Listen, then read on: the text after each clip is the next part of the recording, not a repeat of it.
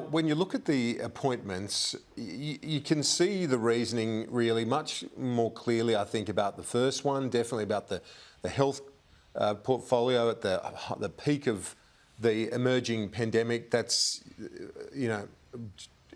shared with the then minister, fine. We can sort of get the reasoning behind that. But then a year later, different portfolios, unrelated to the pandemic, that's where all of this falls over in many respects, where the holes emerge, Andrew. Just the secrecy. Why not tell us? It just doesn't make sense. And why not tell his colleagues? What's he trying to hide is the conclusion you come out of it. So he admits he told the authors of Plague, Simon Benson and Jeff Chambers, who really broke this and started this story as late as 2 years ago once I questioned him. Now, I see a lot of people on social media or media people jumping up and down on this. We don't know what sort of confidentiality arrangements were entered into by the former Prime Minister and those authors who are my colleagues at News Corp. It was probably an agreement that the interviews occur only to emerge in the book after the pandemic, for example. But it is interesting that he's telling Simon Benson and he's not telling Matthias Cormann and Josh Frydenberg. Just think about that for a second.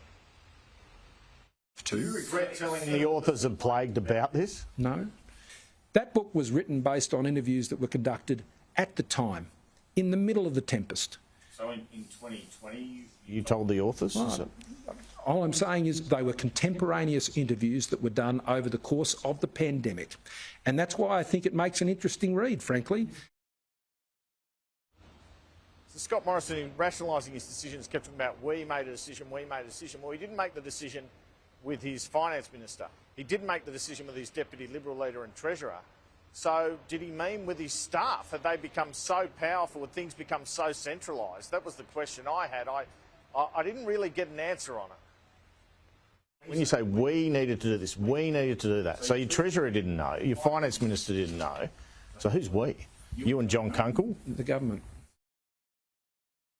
I want to talk to you about the books and also John Howard's book in a moment, but one of the other contradictions, there were a number of issues there, but one of them where Scott Morrison said that he had apologised to Matthias Cormann because he wasn't informed, he thought his office would do it, and then later sort of saying he didn't tell the ministers because he didn't want them to second-guess their own positions and decision-making.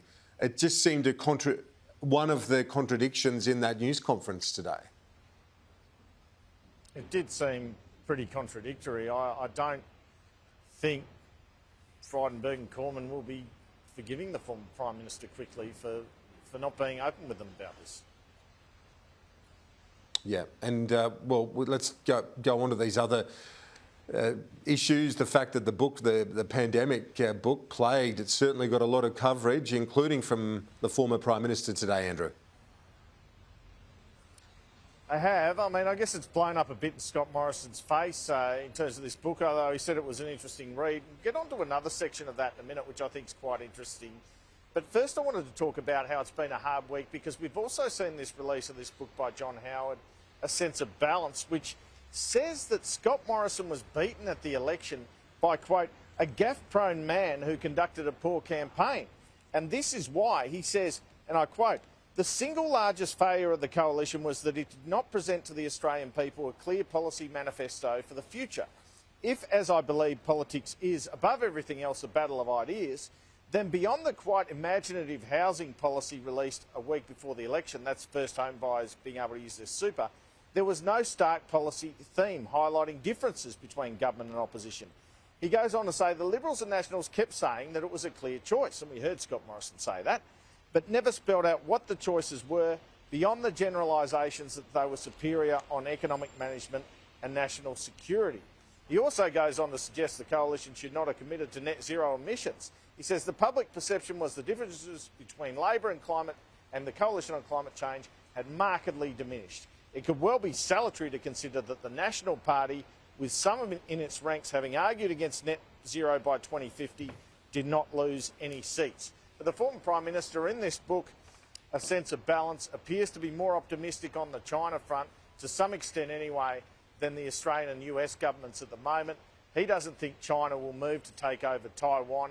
because it will be too troublesome, create too much risk for the US, and there is the danger of a resistance he thinks the Chinese government would then have to manage.